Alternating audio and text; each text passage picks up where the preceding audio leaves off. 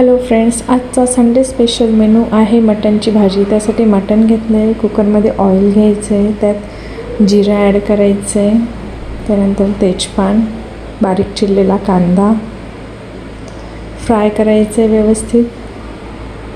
कांदा लालसर होऊ द्यायचा आहे.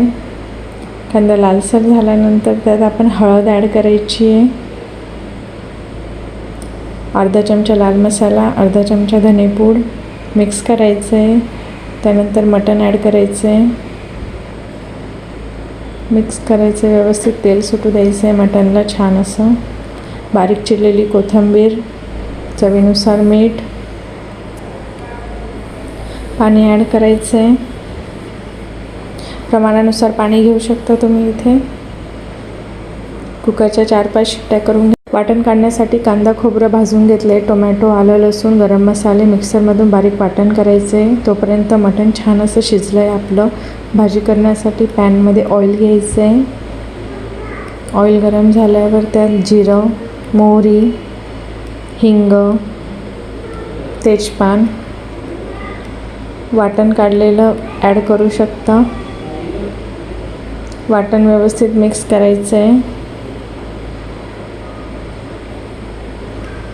तेल सुटलं पाहिजे छान खोबऱ्याला.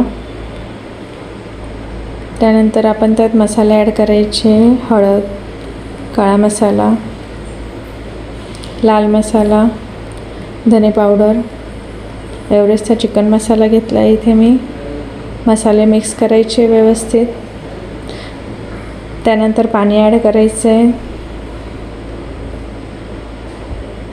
पाणी ॲड केल्यानंतर मसाला शिजू द्यायचे. तेल सुटले त्यानंतर मटण शिजवलेलं ॲड करायचे. त्यात चवीनुसार मीठ, बारीक चिरलेली कोथिंबीर, उकळी येऊ द्यायची. उकळी आल्यानंतर डाळदाण्याचं पीठ ॲड केलं इथं मी. डाळदाण्याचं पीठ ॲड केल्यावर मटणच्या भाजीला एक वेगळीच टेस्ट येते. 10-15 मिनटं भाजी उकळू द्यायची व्यवस्थित. मटनची भाजी रेडी आहे guys. Thank you. Please like and subscribe.